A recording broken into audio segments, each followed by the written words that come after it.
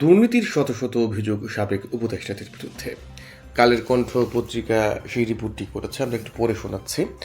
Doctor Mohammad ইউনূসের নেতৃত্বে সদ্য বিদায়ী অন্তর্বর্তী সরকারের উপদেষ্টাদের বিরুদ্ধে শত শত দুর্নীতির অভিযোগ জমা পড়েছে দুর্নীতি দমন কমিশন কার্যালয়ে। দায়িত্ব ছাড়ার এক সপ্তাহের মধ্যে এই উপদেষ্টাদের বিরুদ্ধে এসব লিখিত অভিযোগ জমা পড়েছে। দুদকের একজন দায়িত্বশীল কর্মকর্তা জানান, যে হারে অভিযোগ আসছে তাতে মনে হচ্ছে অভিযোগের রেকর্ড সৃষ্টি হবে। অধিকাংশ অভিযোগে অভিযোগকারীর নাম প্রকাশ করেননি, তবে কয়েকটি অভিযোগে অভিযোগকারীর নাম প্রকাশ করেছেন এবং লিখিত চিঠি দিয়েছেন। দুদক জানায়, অন্য অভিযোগ যেভাবে যাচাই করা হয় এসব অভিযোগও একইভাবে যাচাই করা হবে। এদিকে টিআইবি বলছে, কেউ আইনের ঊর্ধ্বে নয়, অভিযোগ তদন্ত করে সত্যতা পাওয়া গেলে অবশ্যই তাদের বিরুদ্ধে ব্যবস্থা নেওয়া উচিত। সূত্র জানিয়েছে, ডক্টর মোহাম্মদ ইউনূস সহ প্রায় সব উপদেষ্টার বিরুদ্ধেই দুর্নীতির অভিযোগ উঠেছে। সাবেক প্রধান উপদেষ্টার বিরুদ্ধে একাধিক অভিযোগ জমা হয়েছে।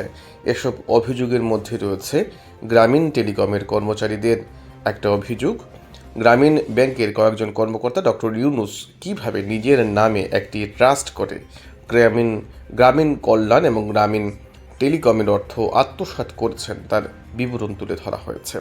এই অভিযোগে বলা হয়েছে, আয়কর ফাঁকি এবং অর্থ আত্মসাতের জন্য ডক্টর ইউনূস তার নিজের নামে এই ট্রাস্টটি করেছিলেন।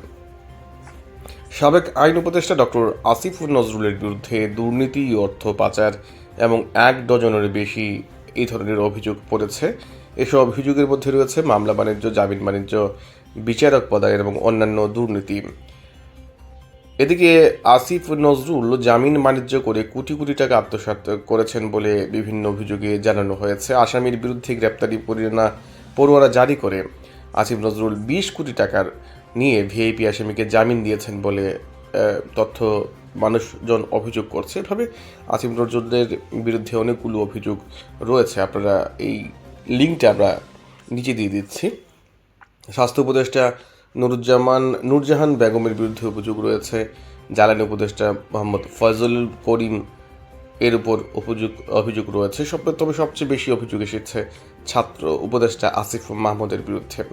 দুদকের একটি দায়িত্বশীল সূত্র জানিয়েছে, আসিফ মাহমুদের বিরুদ্ধে প্রায় 1000 কোটি টাকার দুর্নীতির অভিযোগ এসেছে।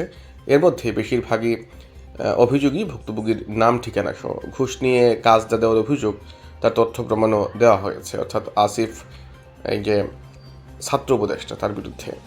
এছাড়া তথ্য উপদেষ্টা মাহফুজ আলমের বিরুদ্ধেও টিভি চ্যানেলের লাইসেন্স প্রদানে ঘুষ চাওয়ার অভিযোগ রয়েছে।